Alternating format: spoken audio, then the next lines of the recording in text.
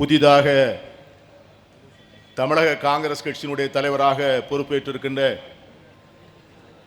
நம் அன்பிற்கும் மரியாதைக்கும் உரிய அன்பு சகோதரர் செல்வ பெருந்தகை அவர்களே, சட்டமன்ற காங்கிரஸ் கட்சியினுடைய தலைவராக பொறுப்பேற்றிருக்கின்ற அன்பிற்குரிய தம்பி ராஜேஷ்குமார் அவர்களே,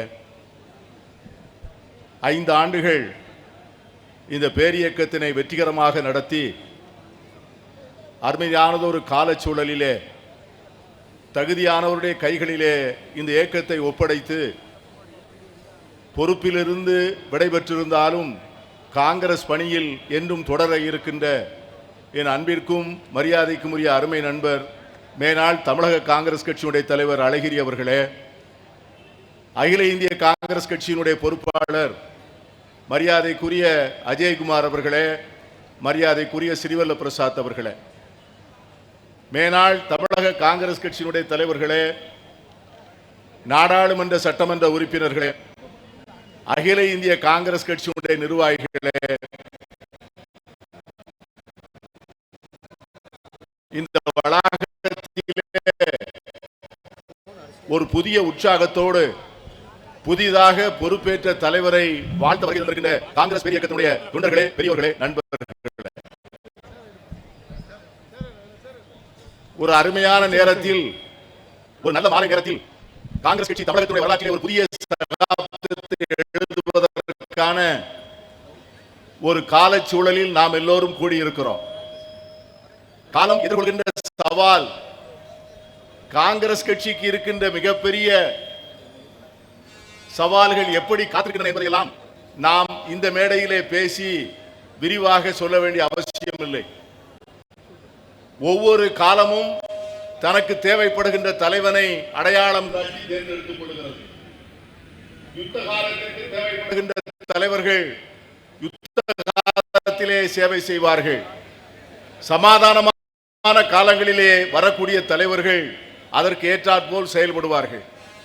ஆனால் காங்கிரஸ் கட்சிக்கு ஏற்பட்டிருக்கின்ற வரலாற்று நெருக்கடி ஒரு தேர்தலை சந்திக்கின்ற சூழல் என்று மட்டும் நாம் எண்ணிவிடக் கூடாது. 5 ஆண்டுகளுக்கு ஒருமுறை வருகின்ற தேர்தல் 2024 வரப்போகிறது. ஆகவே 2024 நாடாளுமன்ற தேர்தலிலே நம்மை வழிநடத்த போகின்றவர் தான் தமிழக காங்கிரசினுடைய தலைவராக பொறுப்பேற்றிருக்கின்ற நம் அன்பு சகோதரர் செல்வ பெருந்தகை என்று நாம் எண்ணிவிடக்கூடாது. இன்று நமக்கு ஏற்பட்டிருக்கிற நெருக்கடி கருத்தியல் நெருக்கடி. ஒரு தேர்தல் வரலாம் போகலாம், 5 ஆண்டுகளுக்கு ஒரு முறை ஆட்சி மாறலாம், ஆட்சியை பிடிக்கலாம்.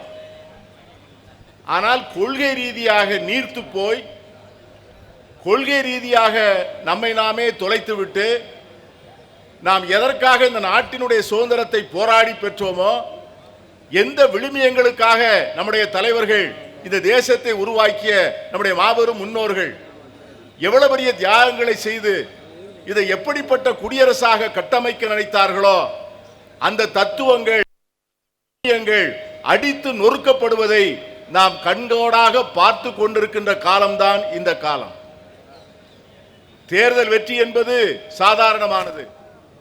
5 ஆண்டுகளில் தவறவிட்டால் அடுத்த 5 ஆண்டுகளில் இந்த வெற்றியை பெற முடியும்.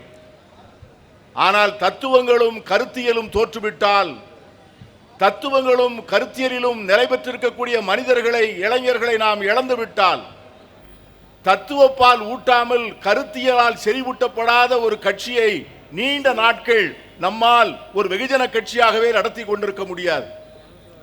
ஆகவே சகோதரர் செல்வ பெருந்தகை அவர்களுக்கு 2 பணிகள் காத்திருக்கின்றன. ஒன்று வரக்கூடிய நாடாளுமன்ற தேர்தல் பணி, மற்றொன்று கருத்தியல் ரீதியாக, தத்துவ ரீதியாக காங்கிரஸ் கட்சி இழந்திருக்கிற மக்கள் கூட்டத்தை மீண்டும் வென்றெடுப்பது. அந்த கருத்தியல் போரிலே காங்கிரஸ் வெற்றி பெறுவதுதான் காங்கிரஸ் கட்சியினுடைய உண்மையான வெற்றியாக இருக்க முடியும். மறைந்த நம்முடைய பிரதமர் நரசிம்மராவ் அவர்கள் ஒரு அருமையான வாசகத்தை சொன்னார். I can fight RSS but I cannot fight Lord Ram என்று சொன்னார். RSS இயக்கத்தினுடைய கொள்கைகளை என்னால் எதிர்த்து நின்று போரிட முடியும், ஆனால் ராமர் பிரானை என்னால் எதிர்த்து போரிட முடியாது என்று சொன்னார். இன்று நமக்கு எதிராக யாரை வேட்பாளராக நிறுத்துகிறார்கள் என்று சொன்னால், இந்த தேசம் முழுவதும் கொண்டாடுகின்ற மரியாதை புருஷன் என்று அழைக்கப்படக்கூடிய இந்திய பண்பாட்டின் அடையாளமாக இருக்கிற ராமருக்கு பின்னால் ஒளி நின்று கொண்டு ராமர் எதற்காக வாழ்ந்தாரோ, எதற்காக ராமன் என்கிற தத்துவத்தை கொண்டாடுகிறோமோ, எதற்காக ராமனை உலகம் முழுவதும் உள்ள மக்கள் அன்பினுடைய அடையாளம், அகிம்சையுடைய அடையாளம், எல்லோரையும் உள்ளடக்கிய வளர்ச்சியினுடைய அடையாளம் என்று ஏற்றுக்கொள்கிறார்களோ, அதற்கு மாறான கருத்தியலிலே நிற்கின்றவர்கள் அவருடைய முகமூடியை போட்டுக்கொண்டு இந்த தேர்தலை சந்திக்கிறார்கள்.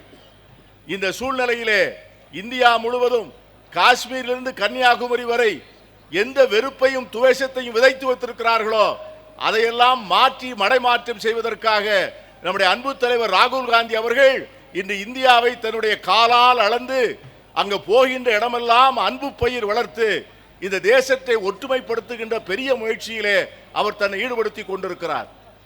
அந்த பயணத்தினுடைய வெற்றி தான் வரக்கூடிய 2024 நாடாளுமன்ற தேர்தலிலே எதிரொலிக்க வேண்டும். இந்தியா கூட்டணி என்று ஒரு கூட்டணி வைத்திருக்கிறோம். தமிழகத்திலே நம்முடைய வெற்றி வாய்ப்பு பிரகாசமாக இருக்கிறது. நம்முடைய கண் போகின்ற வரை எதிரிகளே இல்லை என்று மெத்தனமாக இருந்து விடாமல், தமிழகத்திலே கடந்த முறை எப்படி 40 இடங்களையும் வெற்றி பெற்றோமோ அதை போல இந்த முறையும் 40 இடங்களையும் புதுவை மாநிலத்தையும் சேர்த்து அதற்கு வெற்றி பெறுகின்ற புதிய சரித்திரத்தை எழுதுவதற்கு நண்பர் செல்வர் பெருந்தை அவர்களுடைய வாழ்க்கையினுடைய இந்த தலைமையேற்று நடத்துகின்ற இந்த காலம் உதவி செய்ய வேண்டும். ஆகவே ஒரே ஒரு செய்தி தான், தமிழ்நாட்டிலே இன்று பொறுப்பேற்றிருக்கிற இந்த தலைவர்களை பற்றி நான் சொல்ல வேண்டும். ஒருவர் தலித் சமூகத்தினுடைய அங்கீகரிக்கப்பட்ட பிரதியாக தன்னை அடையாளப்படுத்திக் கொண்டவர்.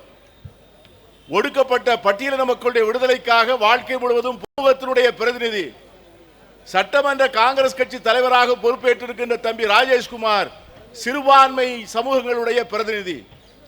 இந்த 2 விளிம்புநிலை சமூகங்களை சார்ந்த பிரதிநிதிகளும் இன்று தமிழ்நாடு காங்கிரஸை வழிநடத்துகின்ற அந்த பெருமையை பெற்றிருப்பது என்பது வரக்கூடிய நாட்களிலே காங்கிரஸ் எவ்வளவு பேரையும் உள்ளடக்கிய கட்சியாக, விளிம்பு நிலைகளையும் கொண்டாடுகின்ற கட்சியாக, எல்லோரோடும் அதிகாரத்தை பங்கிடுகின்ற கட்சியாக காங்கிரஸ் கட்சி இருக்கிறது என்பதை உலகுக்கு உயர சொல்ல வேண்டும்.